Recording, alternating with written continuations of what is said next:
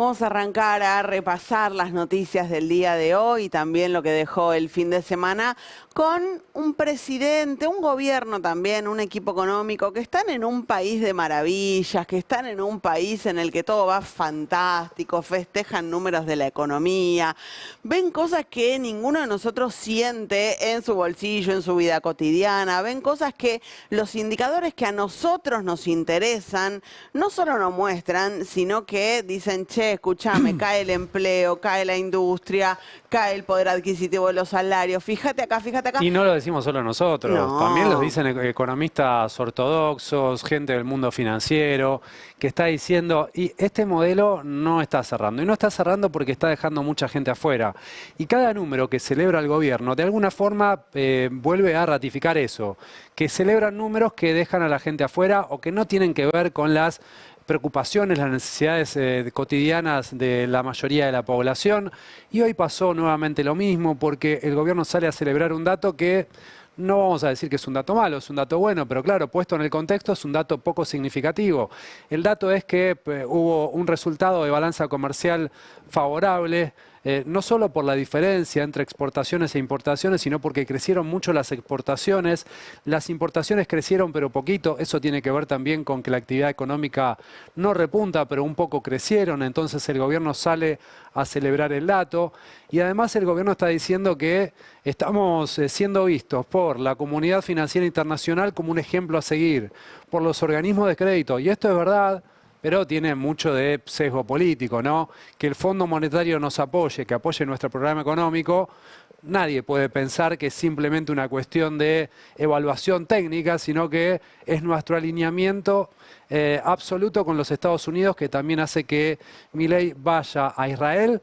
En medio de una guerra, va a uno de los países en guerra. Increíble. A declarar su amor por el gobierno de Netanyahu, con escenas ridículas, ¿no?, que nos dejó estando allá en Israel y que nuevamente nos hace cruzar otra línea más, saliendo de la neutralidad e involucrándonos en una guerra en la que la mayoría de la población no quiere estar involucrada. Es un país el que festeja a Milei, el que ve Caputo, el que describe José Luis Daza, para muy poquititos, es un país al que le está yendo bien, pero que incluye a muy poquititos. En el país más grande en el que estamos metidos todos el resto, bueno, se conocieron el viernes los datos de salarios publicados por el INDEC. Otra vez los salarios 6 meses consecutivos acumulan de pérdida frente a la inflación. Es impresionante cómo en el segundo semestre del año pasado y los primeros meses de este año todos los indicadores se han deteriorado para el gobierno de Javier Milei. Insisto, los indicadores que nos parecen más relevantes a nosotros, los que afectan a la mayor cantidad de población, con números también que muestran que hay más, números oficiales del gobierno de Javier Milei, que muestran que hay más gente viviendo en la calle y que esa cantidad de gente se incrementó en los últimos 2 años. O sea, en los años de gobierno de Javier Milei, el propio Ministerio de Capital Humano sale a reconocerlo. Una situación que obviamente impacta en las encuestas, pierde votos Javier Milei. ¿Por qué? Por la economía. Él todo el tiempo dice, Toto Caputo, mejor ministro de Economía de la historia. Te está haciendo perder una cantidad de votos increíbles, Toto Caputo. Bueno, esa es la situación en la que Milei canta en Israel, Caputo se va de gira a Washington a ser elogiado por el Fondo Monetario y nosotros acá conviviendo con las consecuencias de su gobierno. Hay que entenderlo de esta forma. El gobierno, incluso yo creo que tenemos que concederle, esto se los propongo yo como ejercicio teórico nada más, que va a terminar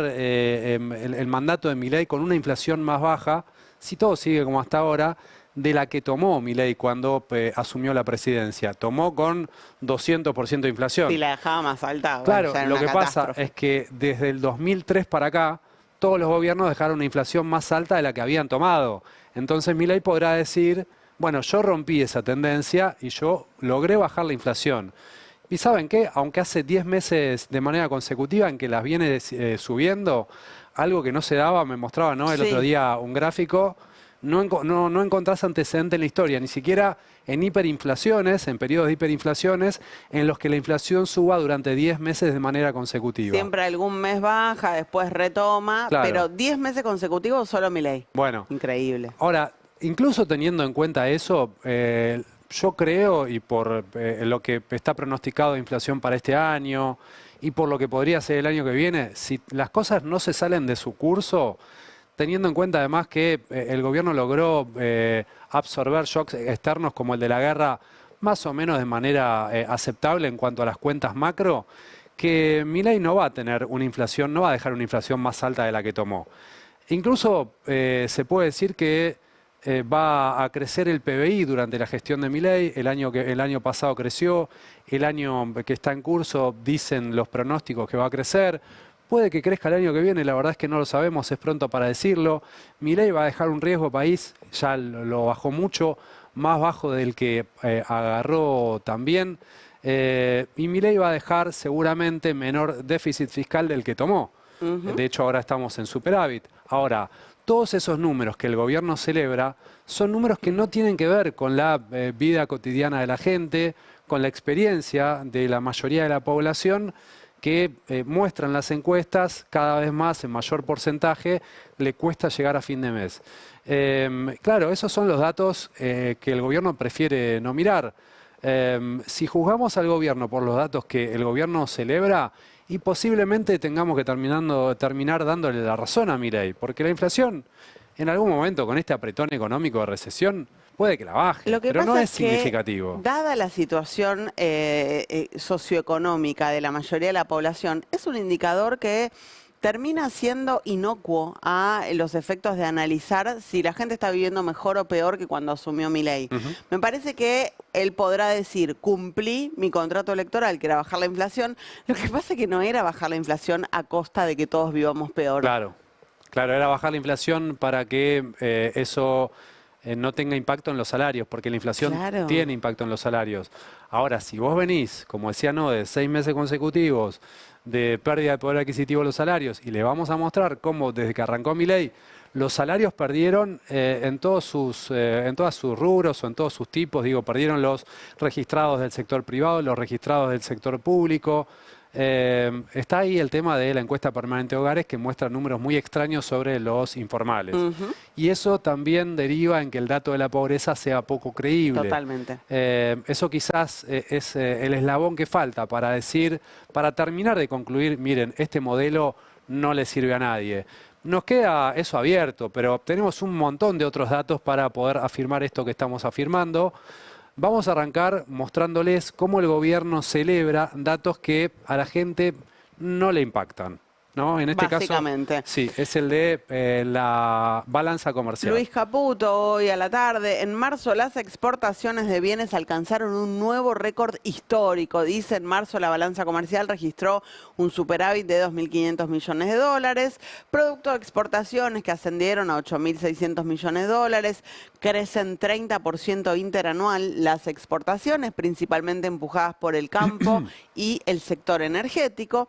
E importaciones, dice Caputo, que sumaron 6.000 millones, crecen 1,7 interanual, crecen poquito. Y acá hay un primer dato que se relaciona directamente con la crisis económica, porque ya ni siquiera están vendiendo los importadores que importan barato desde China. Ya ni siquiera eso es rentable en la Argentina. El gobierno apostó muy fuerte al disciplinamiento de algunos precios internos con productos importados baratos. Bueno, ya ni siquiera se están vendiendo esos productos. Tenemos para compartir también con ustedes declaraciones que hizo en las últimas horas José Luis Daza, viceministro de Economía, si no me equivoco.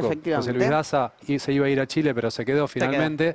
Y él discute un poco con algo que le dice Majul, que es lo que nosotros estamos sosteniendo, pero que queda poca gente que no lo sostenga, ¿no? Esto de que hay un sector importante de la población que tiene problemas para llegar a fin de mes, que se le hace difícil, que este programa económico no le da respuestas. Fíjense lo que responde el segundo de Luis Caputo. En este momento, Luis, están dadas todas las condiciones. Y a mí me gustaría decir a la gente, porque todo esto tiene sentido solamente si podemos llegar a la gente, sobre todo a los sectores de más bajos ingresos. Muy bien. ¿Para quiénes? Por favor, lo último sí, que te quiero decir, hacemos un esfuerzo fenomenal desde Capital Humano, bajando la pobreza, pero sobre todo enfocándonos en que se creen las condiciones para que el crecimiento sea permanente. Están dadas las condiciones para que Argentina sea el país que más crece en este continente. Lo dice el Banco Mundial, lo dice el Fondo Monetario y lo dice el G20. increíble lo desconectado de la realidad que aparece este discurso y siempre me llama la atención que los funcionarios, lo dice Milei también, cada vez que hay una baja de pobreza, bueno, en el último tiempo no viene habiendo, así que no lo viene diciendo, pero cada vez que había una baja de pobreza decía, gracias capital humano, gracias ministra Petovelo. No, el que tiene que bajar la pobreza es el Ministerio de Economía, no es el Ministerio de Capital Humano. En todo caso, el Ministerio de Capital Humano hace contención, asistencia para quienes todavía el modelo económico no pudo sacar de la pobreza. Es increíble la mirada que tienen de quién tiene que sacar a la gente de la pobreza. Es revelador ese dato, es revelador porque fíjense que lo que él dice es el Banco Mundial, los organismos internacionales creen que la Argentina es el país que más va a crecer en la región y eso es cierto. Sí. El Fondo Monetario, si bien bajó la proyección de crecimiento para la Argentina a 3,5% para este 2026, ese 3,5% pone a la Argentina al tope de las proyecciones de los países de la región. Ahora, justamente el problema que está teniendo este programa es ese. El 2025 fue un año muy extraño por varios motivos. Fue un año en el que creció la economía y creciendo la economía no aumentó el empleo registrado, algo que no pasó nunca en todo este siglo. Fue un año en el que creció la economía y habiendo crecido la economía, creció también la desocupación. No había pasado en todo este siglo. Y además estamos en un modelo de dólar apreciado, dólar barato, sin que esto signifique mejora en los salarios reales, algo que también es una rareza. Por eso es que en determinados números, en los términos del gobierno, al gobierno le puede ir bien, pero a la gente no le está yendo bien. Es increíble, ¿eh? Es increíble esa desconexión y cómo esos indicadores que en otro tiempo generaban bienestar masivo, bueno, en este caso no lo están generando. Y hay una explicación que tiene que ver con que, yo decía recién, ¿no? Crecen las exportaciones de la mano del campo y el sector energético. Dos sectores que no son mano de obra intensivos, que no ampliaron la cantidad de puestos de trabajo registrados, a pesar de que están creciendo enormemente y de que están generando muchísimos dólares que ingresan al país. Los sectores que sí generan empleo siguen cayendo en picada. Hoy publicó Adimra su estadística de la actividad industrial metalúrgica para el mes de marzo y la verdad, incluso tengamos en cuenta que en febrero el gobierno venía festejando que la actividad industrial estaba creciendo. Bueno, aparece marzo, otra vez, ¡pum!, un mazazo ahí. Cae 4,1 la actividad metalúrgica industrial en comparación con el año pasado, que ya había sido un año malo. Si ustedes se fijan en la evolución del índice desde la asunción de Javier Milei, hay una baja muy pronunciada y después una situación de estabilidad ahí abajo, con algunas subidas, con otras bajadas más pronunciadas. Bueno, esa es la situación de la industria, que es la que genera empleo de calidad, empleo registrado. En 3 meses, la industria metalúrgica cayó casi un 7%, solamente en 3 meses del año.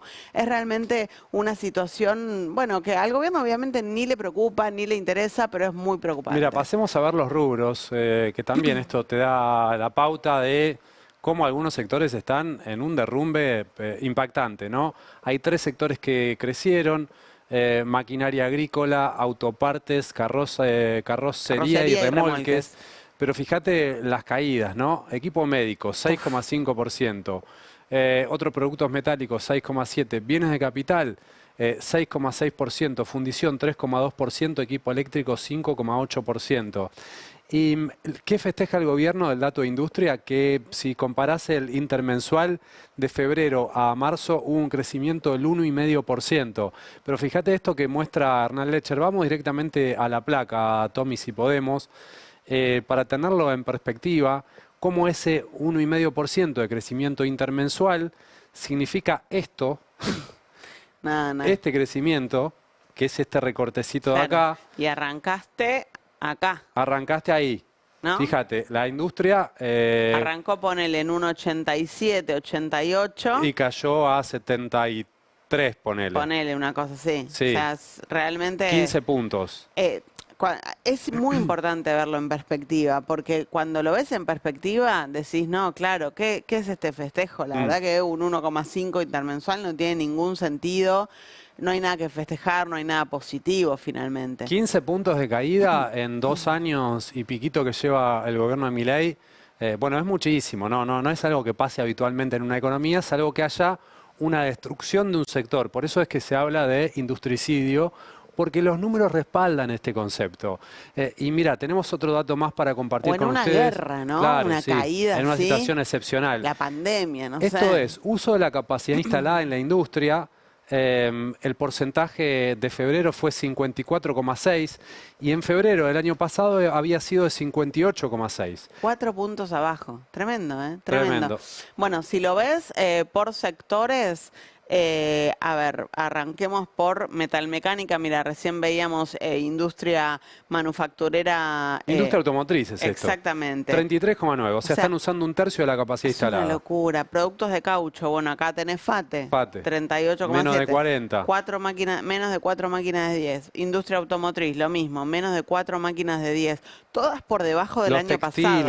Textiles abajo del 40% también. Las dos únicas que están... no, estas tres están por encima del año pasado, son refinación de petróleo, obviamente, sustancias y productos químicos y papel y cartón. Esa está por abajo igual, mira. Ah, tenés razón. También. Entonces solamente químicos y petróleo. Es muy difícil pensar en... ya ni siquiera te digo ganar una elección, es muy difícil pensar en un país que efectivamente sea sostenible en el tiempo, sea vivible, sea disfrutable, con números como los que estamos viendo, en los que evidentemente hay una porción muy pequeña de gente a la que le está yendo muy bien y una porción muy grande de gente a la que le está yendo muy mal, no mal, muy mal. En un rato vamos a compartir un estudio de Aresco, una de las consultoras que encuestan para la Casa Rosada, a la que Javier Milei le da muchísima pelota, que sigue muchísimo sus números, confía en sus números. 75% de la gente le costó llegar a fin de mes el mes pasado. 75%. Sí. ¿Qué es ese número? Es abrumador. Es ridículo. Fíjate este dato que muestra qué está pasando con los salarios, porque el viernes se conoció el dato de salarios, el índice de salarios que dio el INDEC, que mostró también una caída en enero. 6 meses consecutivos de pérdida del poder adquisitivo. Y vos fíjate lo que está pasando, esto lo hace Nadine Argañarás de IARAF, y separa por salarios públicos, salarios del sector privado registrado, provincial y nacional. Los que menos perdieron son los salarios privados registrados, que desde que arrancó Milei perdieron 0,9%. Casi empatados, siempre decimos, hay una pérdida muy pronunciada en el primer semestre y después casi que empatan, pero esa pérdida explica buena parte del endeudamiento de las familias. Fíjate lo que pasó con los del sector público provincial. Perdieron poquito más de 3 puntos, 3,1% desde que arrancó Milei.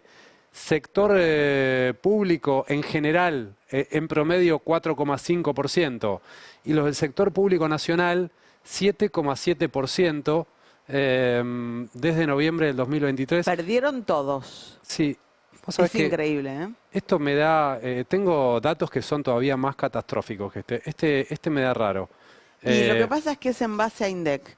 Viste que el CIPA refleja muchísimo, con muchísima más certeza, porque INDEC con la encuesta permanente de hogares, bueno, está generando algunas distorsiones que incluso si lo comparas con CIPA, que son los salarios registrados, que es el sistema en el que ingresan los aportes patronales, de ahí se puede deducir sin ningún tipo de dudas el número, probablemente las pérdidas sean peores. Mira, tengo Luis Campos, que no lo tenemos en pantalla, pero simplemente para mencionárselos. Dale. Él hace la misma cuenta o el mismo estudio y dice que los salarios registrados perdieron casi 9 puntos desde que arrancó Milei, están en 91,1 los salarios registrados en general. Después toma los salarios registrados del sector privado, perdieron 3,5 desde que arrancó Milei. Y los salarios registrados del sector público, acá está, este es el gráfico, 81,7, o sea, perdieron casi 20 puntos, 18,3 desde que arrancó Milei.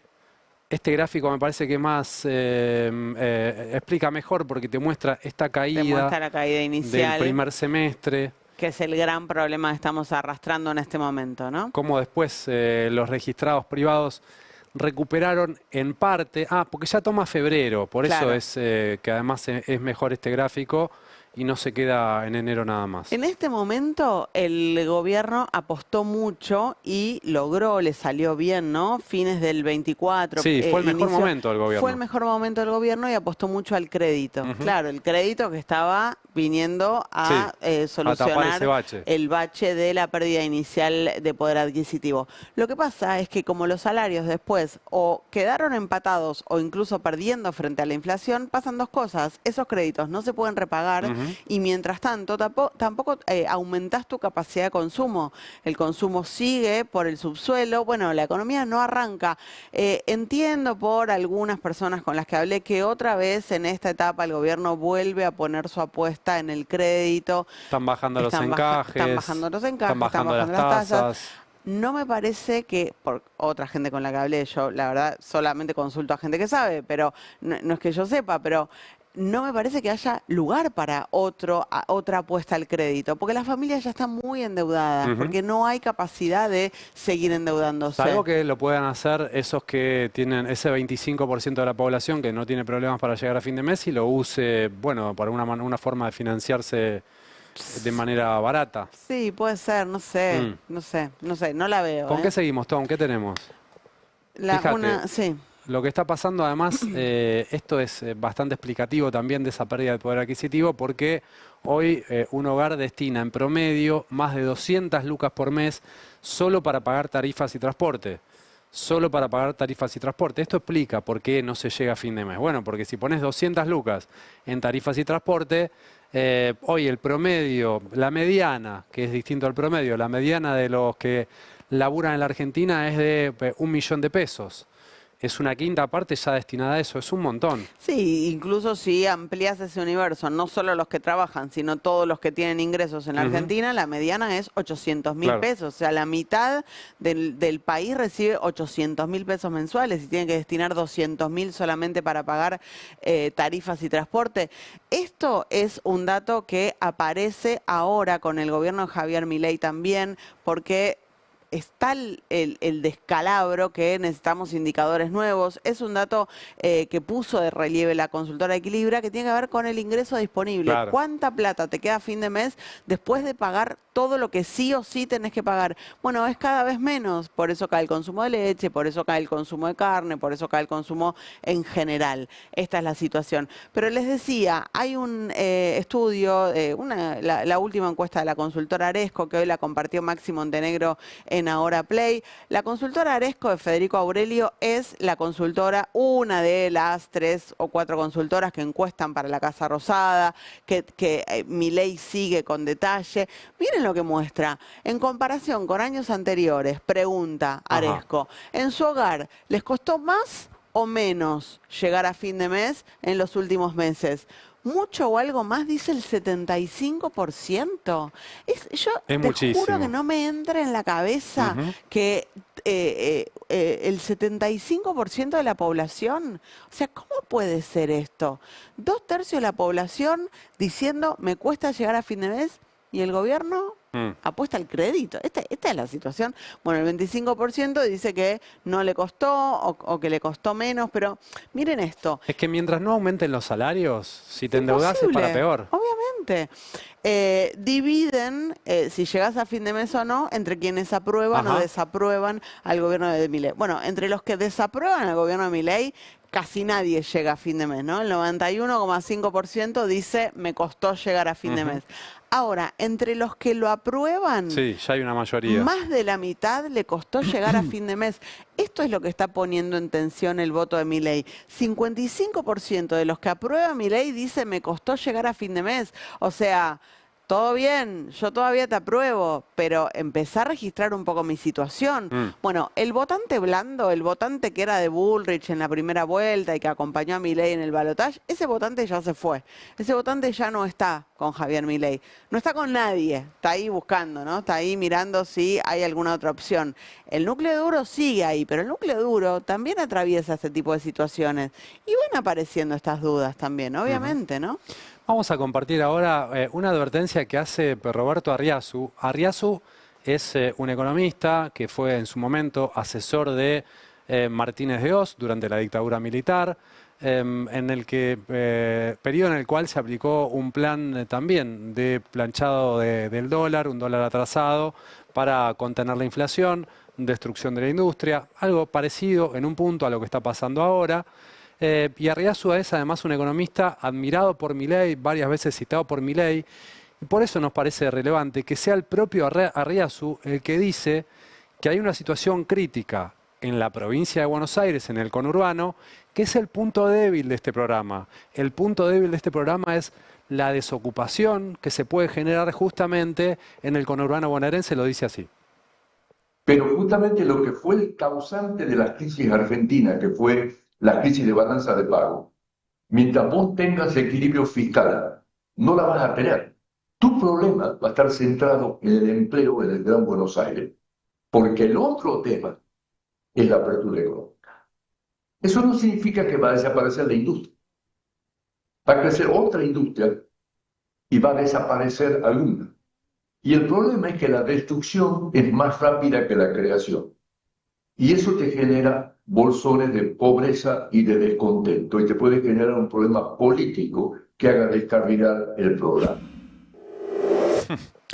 Es increíble que no haya habido en el inicio de este plan económico, pero que tampoco haya ahora una mirada respecto de esto, porque... La sustentabilidad política del ajuste. Totalmente. Bueno, que se lo pedía el fondo, ¿no? Se lo pidió el fondo en el inicio, porque...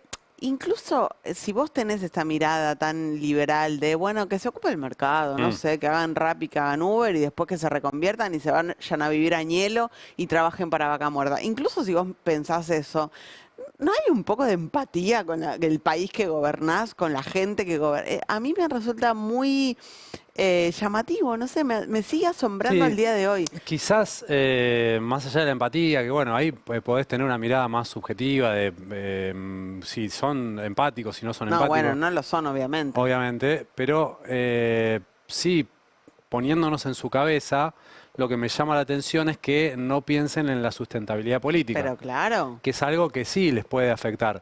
Hoy viste una editorial muy fuerte del diario La Nación llamando a preservar el programa económico y cuidar a Milei. Bueno, habla de muchas cosas, pero lo que dicen es no nos tenemos que desviar de este programa económico más allá de quien gobierne, que los casos de corrupción no afecten el capital político del gobierno nacional, como diciendo, bueno, es mala la corrupción, pero... Roban un poco, pero hacen el plan económico a mí me gusta. Lo importante es que no nos movamos del andarivel por el que va el programa económico, y es justamente eso también lo que dice Arriazu. Esos bolsones de pobreza que se pueden generar, dice Arriazu, pueden afectar el programa económico. Y un poco es lo que está pasando. Sí. Pese a que Milei dice que se va a atar al palo, ¿no? Al mástil, pero está crujiendo el programa económico porque hay un montón de gente que se está quedando afuera. Mira lo que refleja chequeado a partir de una estadística oficial del Ministerio de Capital Humano. Casi el 60% de las personas que viven en la calle en este momento en la Argentina quedó en esa situación en los últimos 2 años, según el ministro de Sandra Petovelo. Es increíble. Ya está. 60% de la gente en situación de calle entró en situación de calle en los últimos 2 años. I rest my case, ¿es? Y sí, I rest my case. O no más, gracias, no más preguntas. No más preguntas, señor juez. No más preguntas, señor juez. Totalmente. Porque si vos en un juicio oral está hasta las manos, Sandra Petovelo, porque sí. Digo, ¿cómo compatibilizás este dato, que es un dato oficial, con que cayó la indigencia en la Argentina? Es raro, ¿no? Es raro. 60% de las personas que viven en la calle quedó en esa situación en los últimos 2 años. ¿Esto es una encuesta que hizo Capital Humano? Sí, efectivamente. ¿Ya está? Ya está. No hablemos más, boludo. No hablemos más. No hablemos más. No hablemos más. Bueno, eso muestra, también expone la inconsistencia de la encuesta permanente de hogares, ¿no? Que sostiene que los salarios están creciendo, no solo los informales, sino que los formales también, muy por encima de lo que muestran otras estadísticas más confiables también oficiales. Vamos a escuchar también a Javier Timerman, economista que tiene una consultora en Nueva York con muchísima relación con los mercados financieros, siempre con una pata en la Argentina, por supuesto.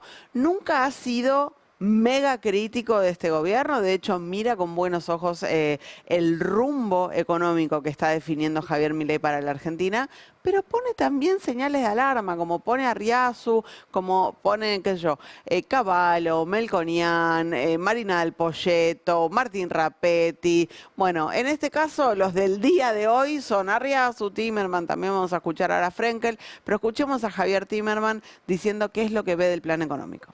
El riesgo país es producto de un montón de cosas. Yo creo que en este momento lo que más preocupa a los mercados es justamente esto de que, bueno, este modelo es un modelo que está dejando a mucha gente afuera. Eso se ve. Mira que la preocupación de los mercados no te la esperabas, ¿eh? No, pero es que ¿qué es No, los claro, mercados? porque al final Pero eso los es la mercados gente que vota después. Pero ¿por qué piensan así? No porque están preocupados por la gente. No, porque se les va a dar vuelta la cosa Claro, si viene otro gobierno. Exacto. Le mando un beso grande a mi amiga Flor Halfon, mandamos. súper gallina. Estaba ahí Está bien, aguantando la parada. bancando los trapos, me parece bien. Bueno, ¿qué dice justamente Timerman? No es que a los mercados les preocupe porque les preocupa porque tienen corazón. Los mercados no tienen corazón. Lo que les preocupa a los mercados es que pueda haber un cambio en el programa económico porque le falta sustentabilidad política. Justamente lo mismo que dice Arriazu, lo mismo que sugiere hoy el diario La Nación. El gobierno pareciera, no sé, al menos en el discurso no da cuenta de eso. No, y te lo está diciendo todo el mundo y pensaba recién qué herramientas, a ver, si finalmente escuchara, imaginemos que Caputo, Milei finalmente escuchan y dicen, no, sí, che, la verdad que tengo que poner unos mangos porque... Me imagino que lo que harían es lo mismo que hicieron al inicio del gobierno, esto de aumentar mucho la UH, por ejemplo, que no es algo sustentable en el tiempo, porque vos lo que necesitas es dar trabajo, crear empleo, y es lo que este modelo económico no hace. Entonces, incluso si escucharan... Tal vez los estoy prejuzgando mal, pero bueno, me baso en la experiencia reciente. Incluso si escucharan, creo que no terminarían de hacer el giro que tienen que hacer en el plan económico para que efectivamente esto sea sustentable más allá de su gobierno y más allá de su posibilidad de reelección, para el futuro del país. Sí, porque lo que están haciendo quizás es algo que no dicen o no promocionan tanto, que es esto de apostar al crédito, ¿no? Claro. Bajar los encajes, bajar las tasas, aflojar un poco la política monetaria, Sí. que haya más plata en la calle y que eso pueda derivar en mayor consumo. Y que ese mayor consumo sí pueda generar mayor actividad económica y mayor trabajo. Bueno, es difícil que eso suceda si solo depende del crédito, ¿no? Y es una apuesta muy pequeñita, Sí. muy pequeñita. Vamos a escuchar ahora a Roberto Frenkel, también habló con Maxi Montenegro hoy en Ahora Play. Roberto Frenkel fue uno de los principales apuntados por Milei por decir que el dólar está barato en la Argentina, que hay atraso a cambiar en la Argentina, que debería haber algún tipo de corrección. Bueno, a pesar de el odio presidencial que se comió, que tuvo que soportar durante mucho tiempo, lo sigue pensando, lo sigue diciendo. Vamos a escuchar su análisis.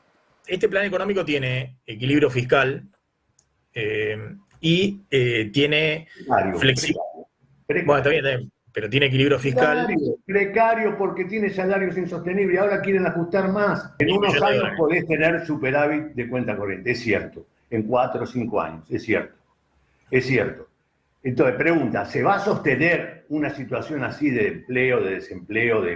Porque esto, ya vemos que, por los números que estamos manejando, que el auge de la actividad mineral y petrolera y el auge del campo, esta productividad que ha subido que vos mencionás, no garantiza empleo ni ingresos en la mayor parte de la población. Entonces, eso me parece que no es sostenible, digamos. No es sostenible, o sea, es increíble cómo Vuelve a se darse repite este debate, ¿no? el Sí. concepto entre economistas con miradas muy distintas, uno con llegada a Milei, otro odiado por Milei, otro ahí en el medio. Es increíble cómo se repite el concepto. No es sostenible, no es sostenible. Bueno, este es el punto en el que estamos. Claro, y es difícil pensar que Milei pueda tener un giro pragmático teniendo en cuenta que cada vez más tiene un discurso mesiánico. Sí. que es un tipo que está diciendo que el creador, la moral como política, habla del creador, o sea, No, habla del diablo hoy. Hoy habló, sí, de del- que el marxismo es una teoría satánica. Satánica. Bueno, qué sé yo, ya raya el delirio, ¿no? Lo que Sí. dice, porque está en un mambo místico, delirante, que hace que sea difícil esperar de él un giro pragmático. Sí. Vamos a repasar datos que también nos muestran muy claramente cómo está cayendo la actividad económica en algo que es bastante tangible, que es qué pasa con los viajes en colectivo en el área metropolitana. Los viajes en colectivo bueno, la mayor parte de los trabajadores se mueven en colectivo en el área metropolitana. Esto nos muestra cómo disminuyeron la cantidad de colectivos, que no necesariamente quiere decir que haya menos gente viajando. Pero hay menos gente viajando. También hay menos gente viajando, pero puede viajar peor, ¿no? Pero vos fíjate, en Hay noviembre... menos gente viajando y viaja peor por esto. Claro, obviamente. En noviembre del 19, 19.348 unidades. Eso fue bajando. Octubre del 23 agarra Milei con 18.600 unidades. Noviembre del 25, 17.700 unidades. Marzo del 26, 16.900 unidades. Esto es arruinarle la vida a los laburantes. Totalmente. Es sacarle tiempo de vida a los laburantes, hacer que la pasen peor concretamente. Totalmente. Solamente en el AMBA estamos mostrando 3.000, 2.000 y pico de colectivos menos. Eso es cuando vos te quedás esperando a la noche y el bondi no viene más, es esto. Cuando te quedás esperando a las 6 de la mañana y pasa uno cuando antes pasaban 3, Y es pasa esto. uno repleto y no te puedes subir, ¿no? También, es esto. Publica también AETA la estadística de la cantidad de viajes, de cuánto ha caído la cantidad de viajeros. Mira, vamos a ver AMBA en marzo de 2026, menos 11% pasajeros. Ese es 25. Marzo 2026 contra el 25. Perdón, tenés razón. 11% de pasajeros menos. Ajá. Provincia de Buenos Aires, 15% de pasajeros menos. Sí. En toda la nación, 7% de pasajeros menos. En la ciudad de Buenos Aires, 5% de pasajeros Mira, tenés menos. lo que va de abril también, la cuenta hecha en lo que va de abril. En AMBA una caída interanual del 21%, en Provincia de Buenos Aires del 25%, en Nación en total 20%. Son números tremendos. Son números de catástrofe. O sea, ¿qué En un tiene que año, nada pasar más. en un país para que en un año viaje el 20% menos de la gente en colectivo? O ese país despegó y ahora todos tienen auto y Claro. no sé qué cosa, igual tampoco estaría No bueno. está pasando.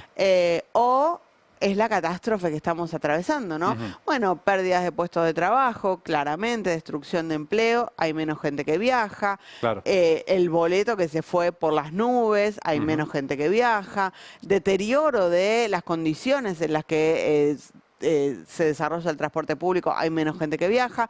Bueno, este es un retrato de la Argentina mientras Milei festeja, ¿no? Otro dato que nos muestra claramente el deterioro del poder adquisitivo de los salarios, en este caso concretamente de los profesores universitarios. Uf, esto es una locura. Esto lo muestra Rodrigo Quiroga, salario del bolsillo ajustado por IPC, de un profesor asistente por hora en pesos al valor de hoy, ¿no? Vos fíjate lo que era, es un gráfico que te muestra desde el año 99 hasta la actualidad. ¿Cuánto gana un profesor asistente en la actualidad? Estamos Y está en dividido por gobiernos. situación dual. Peor que en 2001. Peor. Increíble. Fíjate, esta es la noticia. Increíble. Los salarios de los docentes universitarios cayeron por debajo del momento peor en... Sí. No, esto es 2000. Esta es la crisis de claro, 2001. claro. Esta es la crisis de 2001. Sí. Queda acá. Bueno, y ahí va recuperando para recupera arriba. con Néstor, recupera con Cristina, cae con Macri, sostiene con Alberto. Y Mirá muere, la caída con Milei. muere con Milei. Es increíble. Bueno, pero esto no es solamente que los docentes estén ganando menos. Es arruinar a la universidad pública. Totalmente. Porque si vos le pagás esta mierda a los docentes, bueno, los docentes van a tener que buscarse otro laburo. Si se buscan otro laburo, van a dejar de poner el cuerpo y las horas en las clases que tienen que dar en la universidad pública por una cuestión de necesidad. Y entonces, ¿esto en qué afecta? Y que los estudiantes de las universidades públicas van a salir peor formados. Y entonces la universidad pública va a dejar de ser un lugar de de referencia sí. y vas a tener que ver a qué universidad privada mandás a tu hijo porque la pública ya no sirve. Es una locura. Si esto sigue así, ¿no? Está pasando, ya está pasando el deterioro en la calidad de la universidad pública y como contrapartida, el florecimiento de la calidad de las universidades privadas. Hay universidades privadas que captaron profesores de la UBA, a los que les pagan mejor, captaron investigadores de la UBA, a los que les pagan mejor, y realmente están y cobran $1,50 la cuota. Y recordemos, el gobierno no cumple con la ley de financiamiento universitario que llevaría, este nivel salarial nuevamente acá, a este nivel. Ahí, exactamente. ¿Sí? ¿Qué es lo que tiene que pasar? Lo ¿sí? restablecería antes de la asunción de Javier Milei. Bueno, ¿qué propone el gobierno con un proyecto que mandó comerse todo lo que perdieron en el 24 y darles solamente lo que perdieron en el 25? Es decir, llevarlo acá. Ni siquiera recuperan la mitad de lo perdido los docentes universitarios. Hay una causa judicial, el gobierno apeló ante la Corte Suprema y le pide a los jueces, a los 3 jueces de la Corte, que como son docentes universitarios se corran y no decidan. Se excusan de decir. Sí. Es ridículo. Mientras no cumple una ley. Es una locura. ¿No? Tampoco cumple la ley de emergencia en discapacidad. Tampoco. Y durante el fin de semana entró hoy seguramente formalmente un proyecto al Senado para que controlar las pensiones por discapacidad. En lugar de cumplir con la ley de emergencia en discapacidad, lo que hace es obligar a todas las personas que cobran una pensión por discapacidad a reempadronarse. De nuevo van con esto. Si llegan a aprobar ese proyecto de ley, ya el Congreso está dando vergüenza, ¿no? Pero si después de aprobar, insistir contra el veto, recontravotar la ley de emergencia en discapacidad, aprueban esto, la verdad, una vergüenza. Un proyecto de ley contra el fraude de pensiones por invalidez, otra vez el gobierno estirando la retórica para que parezca algo bueno, porque vos decís, y yo estoy a favor de que no haya fraude con las pensiones obviamente. con invalidez, por supuesto que sí. Entonces, hago que una persona que es no vidente se reempadrone como si quizás hubiese recuperado la visión. Por ahí sí te falta un brazo, te creció el brazo en este tiempo, entonces ya no necesitas y estás haciendo fraude con tu pensión por invalidez. Bueno, esto es lo que mandó el gobierno al Congreso. Es el tercer año de gobierno. Si en 3 años no pudieron sacar a los que cometieron algún acto irregular y limpiar el padrón, es de una eficiencia colosal, ¿no? Totalmente. Bueno, recordemos que a cargo de la Agencia Nacional de Discapacidad estaba Diego Panuolo. Señor que está siendo indagado por chorearse la guita de los discapacitados, básicamente. Mientras tanto, mientras todo esto pasa en este país, Javier Milei en Israel estuvo mostrándose, respaldando a Benjamín Netanyahu, probablemente uno de los políticos con peor imagen hoy en el mundo. Ahí los vemos saludándose y abrazándose, Milei con Netanyahu, Karina con Netanyahu, se dan la mano, sonrisas, un hombre abrazos. Acusado a nivel en los tribunales penales internacionales por el genocidio en Gaza. Totalmente. Pablo Quirno muy sonriente ahí también. Hoy en guerra con Irán y el presidente involucrándose en esa guerra. Impresionante, ¿eh? Viaja a Israel en medio de la guerra de Israel y Estados Unidos con Irán, ¿no? Vamos a escuchar algo de lo que dijo Javier Milei bancando la posición de Netanyahu y de Trump. Es decir, hay cosas que están bien y hay cosas que están mal. Y ahí no hay lugar a discusión. Es decir, con determinadas culturas no vamos a poder convivir, porque si nosotros respetamos el derecho a la vida, no podemos convivir con quienes nos quieren matar.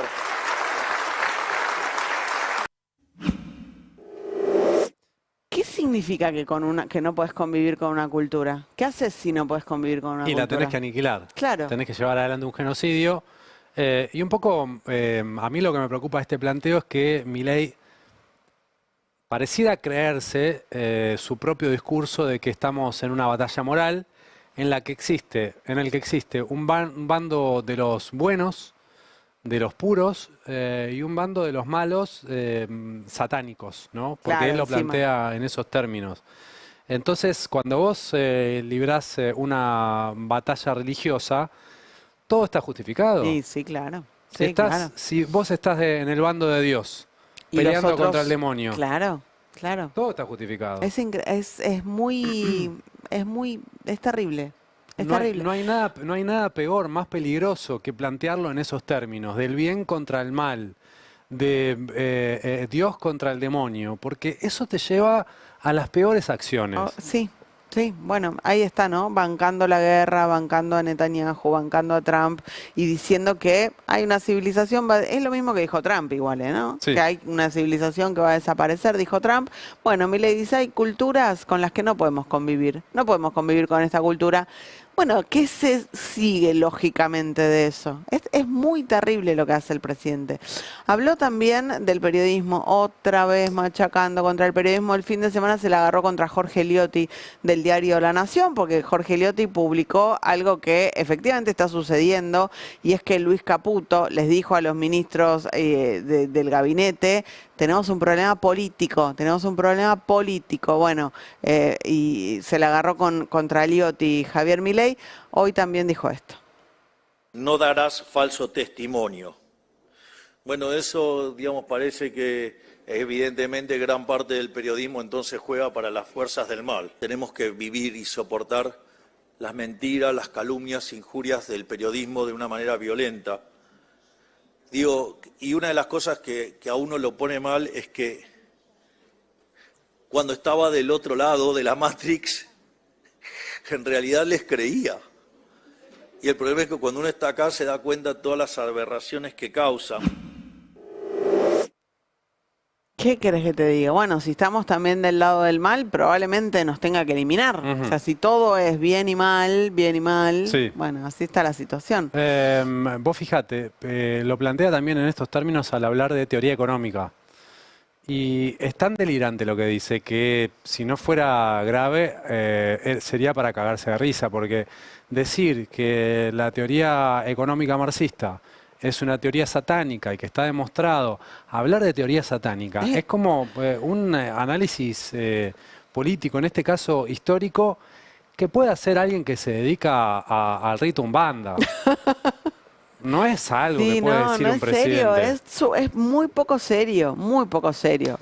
O sea, a mí, ¿sabes? Me sorprende nosotros mismos que 3 años después nos sigamos sorprendiendo y alarmando por esto. No, es que ¿qué vamos a decir? ¿Vamos a no pasarlo? A decir, bueno, mira, dijo las pavadas que dice siempre, ya está. Basta de normalizar esto, obviamente. Escúchenlo, diciendo que el marxismo es satánico. Capitalismo en consonancia con los valores judeocristianos, el camino de regreso, no al paraíso mismo, ese lo perdimos, sino el sistema que dentro de las condiciones del mundo caído más se aproxima a él. Sin embargo, cuando uno rechaza la ley de Dios, cuando ascribe al marxismo, el resultado no es incierto.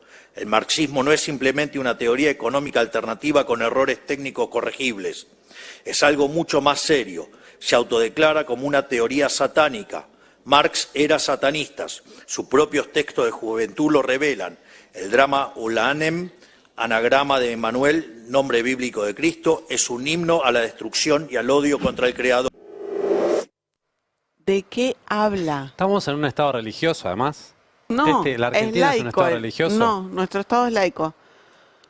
Que sostiene la religión católica, ¿no? Sí, por eso pagamos algunas cuestiones que tienen que ver con la iglesia, pero no es un estado religioso el estado argentino. Y él habla en estos términos de el culto al creador. Nosotros diciendo, bueno, el plan económico no funciona, tiene estos problemas, pasa por acá la cosa. Y él dice, no, ¿sabes qué? Tu mirada es satánica.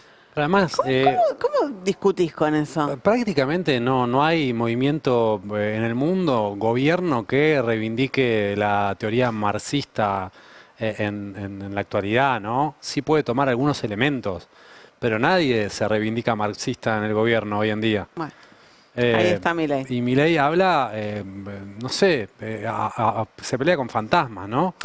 Los que sí se están peleando de verdad son los libertarios. Todo el fin de semana una interna desatada entre las fuerzas del cielo, del Gordo Dan, de Santiago Caputo, contra los carinistas, contra Pareja, contra la propia Karina Milei. Muy fondo de olla. Muy fondo de olla. Muy poco relevante. Todo un desastre. Bueno, lo repasamos un poquito en el clip de inicio, ¿no? Sí, Las te cosas- marca el desorden interno que tienen. Fenomenal, todo porque Pareja denunció, las Fuerzas del Cielo, los del Gordo Dani, esto le publicaron en redes la dirección de la casa de Pareja. Entonces Pareja los denunció por este doxeo y ahora tienen que ir a declarar porque están denunciados y ahí se armó todo este escándalo, este quilombo.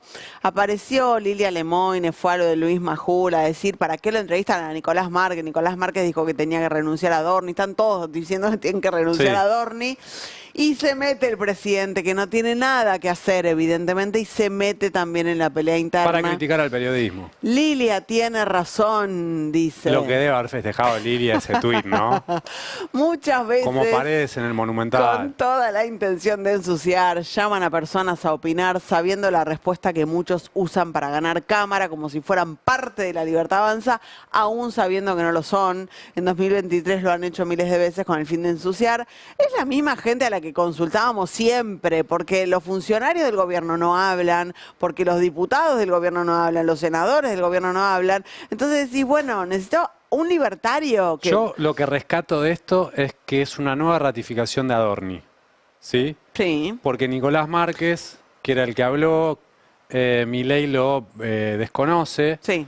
le baja el precio, lo desacredita. Nicolás Márquez era el que dijo que Adorni tenía que renunciar y aparece Milei diciendo ese tipo no tiene ningún peso en el oficialismo, Lilia no es parte tiene del oficialismo, razón. Lilia tiene razón. En 9 días tiene que ir a Dorni a la Cámara de Diputados. Parece que llega. Para comprar pochoclo. Sí, Sí, sí, bueno. parece que llega. Dentro del gobierno hay muchos ministros que dicen, ya está, Sí, debería irse después del 29, salvo que el 29 la rompa, pero pero ahí está. sigue. Lo cierto es que sigue. Publicó Cristian Boutier de CB Consultores el ranking que hace siempre de presidentes de la región. Y Que en una época le daba muy bien a Milei. sí, claro, le da muy bien. Liderado por Bukele, Sí. por Claudia Sheinbaum. O sea, acá Marxista, Claudia Sheinbaum. acá ves también que no hay un sesgo ideológico, digamos, en el ranking que hace CB Consultores. Lo lidera uno medio facho. La Daniel segunda es Ortega, una progre. Daniel de Ortega. Nicaragua. Bueno, en el pelotón del medio aparece Lula, Sí. aparece Cast, Sí. aparece Yamandu Orsi. Sí. Y en el pelotón de abajo, Aparece ya en el pelotón de abajo Milei, mira vos. y tenemos que scrollear un poco para llegar a Milei. A Un ver. poco más, un poco más, un poco más, Abajo un poco más. Petro, otro comunista. Acá aparece, mira, Javier 14, Milei. Milei entre los peores. Entre Abajo los tiene peores. a Daniel Noboa de Ecuador y a José Raúl Mulino de Panamá. Y creo que hay está el peruano, ¿no? Que Sí. es un presidente. No, bueno, la Delcy venezolana Rodríguez y el peruano. y el peruano Pero Balcázar. pelotón del final, para Javier Milei, al quien le ganan todos los comunistas, Petro, Orsi, Lula, Sí. Sheinbaum. Sí. Bueno, te muestra un poco el momento. Hay una cumbre progresista en Barcelona, está participando de esa cumbre, participó Axel Kicillof, también fue Guado de Pedro, y hablaron las principales figuras del progresismo a nivel mundial, entre ellos los presidentes de México, Claudia Sheinbaum, de Brasil, Lula, y el anfitrión Pedro Sánchez. Vamos a escuchar primero a Sheinbaum hablando de justicia social. Los principios democráticos también significan libertad, pero vale la pena preguntarnos, ¿cuál libertad? ¿La libertad que defiende el conservadurismo? ¿La libertad de someterse a intereses externos? ¿La libertad de convertir a las naciones en colonias modernas? ¿O la libertad del mercado sin Estado, que convierte a muchos en nada y a pocos en mucho? No. Creemos que la democracia implica libertad, pero la libertad es palabra vacía si no la acompaña la justicia social, la soberanía y la dignidad de los pueblos. Cuando hablamos de democracia, no es la de las élites, sino la del pueblo. No es la de la concentración de la riqueza, sino la de la distribución. No de la imposición, sino de la participación. No de la guerra, sino de la paz. No de la indiferencia y de la exclusión, sino de la cooperación y la inclusión. Bueno, no la libertad del mercado, sino que tiene que haber un Estado presente, habla de justicia social. Me sonó que le hablaba a Milei, la verdad. Parecía, Claudia sí, Sheinbaum. bueno, a la ultraderecha a nivel mundial, de la cual Milei es un representante bastante destacado. Totalmente. Pedro Sánchez, en su discurso este sábado en Barcelona, tratando de insuflar un poco de optimismo, de empuje a este arco progresista que se juntó ahí en España. La derecha no lidera, la derecha languidece. No importa, por tanto, que griten, ni cuántos bulos inventen. La gente se está dando cuenta de que no tienen proyecto, de que no tienen soluciones. Solo odio, eslóganes vacíos y unas políticas equivocadas que solamente han traído 4 cosas al mundo: guerra, inflación, desigualdad y fractura social. Eso es todo lo que han dado al mundo. Ahí está. Discurso, ¿eh? Sí, en distintos eventos que hubo como parte de esta cumbre progresista, hablaron estos presidentes, también el de Brasil, Lula da Silva, que hace como una suerte de autocrítica al progresismo, tratando de encontrar una explicación al surgimiento o al fortalecimiento de la ultraderecha durante los últimos años. Dice lo siguiente Lula. El progresismo no logró superar el pensamiento económico dominante. El proyecto neoliberal prometió prosperidad, entregó hambre, desigualdad, inseguridad, provocando crisis tras crisis. Aún así, sucumbimos a la ortodoxia y hemos sido quienes caímos en el neoliberalismo. Gobiernos de izquierda ganan las elecciones con un discurso de izquierda, pero practican la austeridad y renuncian a las políticas públicas en nombre de la gobernabilidad. Nos convertimos en el sistema, por eso no sorprende que ahora el otro lado se presente como antisistema. El primer mandamiento para los progresistas tiene que ser la coherencia. No podemos elegirnos con un programa para implementar otro. Bueno, ojo, con atención, el discurso de pero Lula. él lo dice esto ya terminando su mandato. Sí. Va a haber elecciones a final de año en Brasil y está muy parejo. Algunas encuestas incluso lo dan arriba a Flavio Bolsonaro, el hijo de Jair Bolsonaro. No sé si es, no creo que sea una autocrítica de su gobierno, pero muchos también dicen que le faltó, ¿no?, a su gobierno ser más disruptivo. Claramente tuvo que negociar con sectores de los que en este discurso está diciendo, y bueno, me hicieron gobernar, o qué sé yo, tuve que transar. Tuve márgenes de acción un poco acotados. Claro, interesante. Quizás sí es una enseñanza para los que vengan. Bueno, estaba ahí también Axel Kicillof, ¿no? Que posiblemente sea candidato el año que viene. Y un poco el debate que se da acá en la Argentina es ese. ¿Cuáles van a ser los márgenes de Kicillof? ¿Con quién se va a aliar? ¿Qué puede prometer en campaña? ¿Qué puede hacer después si es que llega a la presidencia? Nos falta un montón todavía para llegar a ese momento. Pero son discusiones que están en el mundo. Están también, buenas, sí, están buenas.